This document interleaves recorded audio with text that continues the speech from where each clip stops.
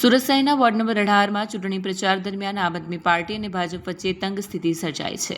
વાઘાણીએ આરોપ લગાવ્યો છે કે ભાજપના નેતાઓ અને કાર્યકરોએ વોર્ડ નંબર 18ના આપ ઉમેદવાર ગૌતમ પટેલને બંધક બનાવી લીધા હતા।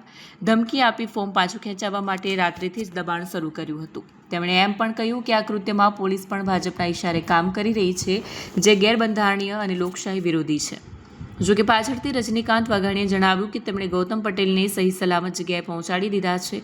ઉમેદવાર ગૌતમભાઈ પટેલે પણ પોતાની સ્થિતિ સ્પષ્ટ કરતા કહ્યું, હું ચૂંટણી લડવા તૈયાર છું। વાઘાણીએ ચેતવણી આપતા કહ્યું કે ભાજપના નેતાઓ તથા તેમના ઇશારે કામ કરતી પોલીસ ખોટા દબાણ અને હરકતો બંધ કરે।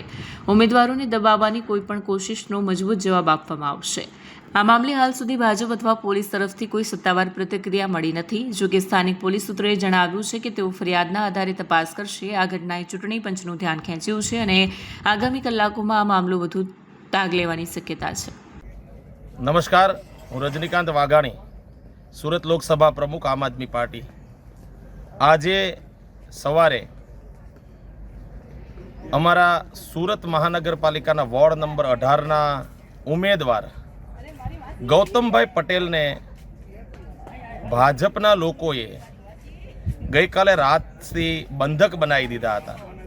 એટલે કે એમને રીતસરનું એમનું અપહરણ કરી એમની મરજી વિરુદ્ધ અજ્ઞાત જગ્યાએ લઈ ગયા હતા।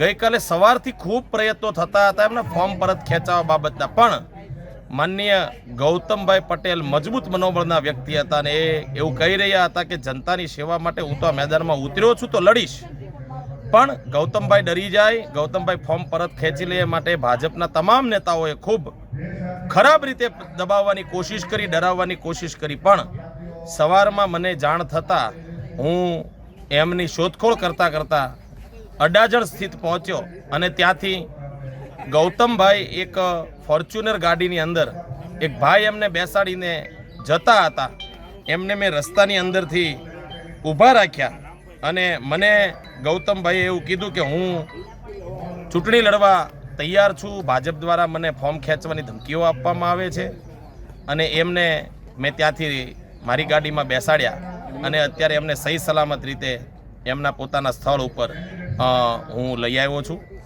અત્યારે આમ આદમી પાર્ટીનો કાર્યક્રમ ચાલી રહ્યો છે, એમાં અમારા ઉમેદવાર ગૌતમભાઈ પોતે પણ હાજર છે। આ ભાજપની આખી આ જે ચાલ છે એ આમ તો ઘણા વર્ષોથી હવે એમની ટેકનિક બની ગઈ છે, પણ એ એક સમયની કોંગ્રેસ હતી કે જેમાં પ્રતિકાર નહોતી કરતી, આમ આદમી પાર્ટી છે।